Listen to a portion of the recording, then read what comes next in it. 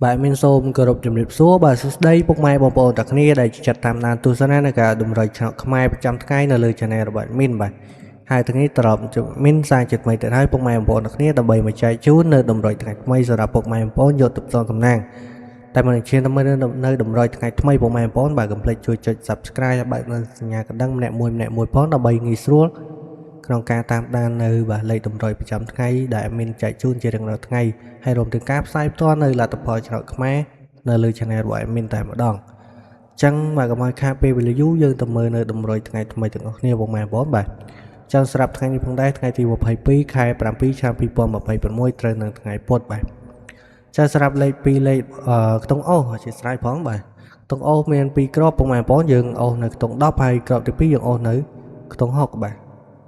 ហើយចំពោះលេខ2លេខនៅថ្ងៃនេះផងដែរយើងមាន12 17 84ហើយនិង69បាទហើយចំពោះលេខធំនៅថ្ងៃនេះផងដែរបាទលេខធំ3លេខយើងមាន3គ្រាប់ហើយសម្រាប់គ្រាប់ទី1យើងមានបាទ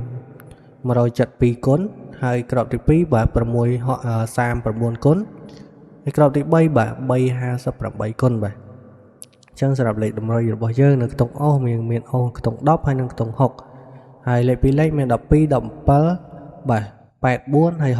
69ហើយលេខធំ3លេខបាទ172គុណ639គុណហើយ358គុណបាទអញ្ចឹងសម្រាប់លេខតម្រុយនៅថ្ងៃនេះផងដែរពុកម៉ែបងប្អូនបាទឆ្លាញ់ពេញចិត្តអាចយកទៅផ្សំសំណាងបានសម្រាប់ថ្ងៃទី22ណាពុកម៉ែបងប្អូនអរគ្នាបាទអញ្ចឹងadminជូនពរសំណាងល្អហេងបាទយកលេខតម្រុយទៅផ្សំសំណាងបាទឲ្យត្រូវចំគ្រប់គ្នាបាទចឹងបើសិនជាពេញចិត្តនៅវីដេអូតម្រុយនៅថ្ងៃនេះពុកម៉ែបងប្អូនកុំភ្លេចបាទជួយចុច like លើវីដេអូadminម្នាក់មួយផងដើម្បីបាទជឿកម្លាំងចិត្តធ្វើវីដេអូជារៀងរាល់ថ្ងៃចាអរគុណច្រើនសម្រាប់ការទស្សនាពុកម៉ែបងប្អូនបាទជួបជាមួយនឹង admin នៅថ្ងៃស្អែកបន្តទៀតដើម្បីមកចែកជូននៅតម្រុយថ្ងៃថ្មីបន្តបាទadminសូមគោរពលាពុកម៉ែបងប្អូនបាទ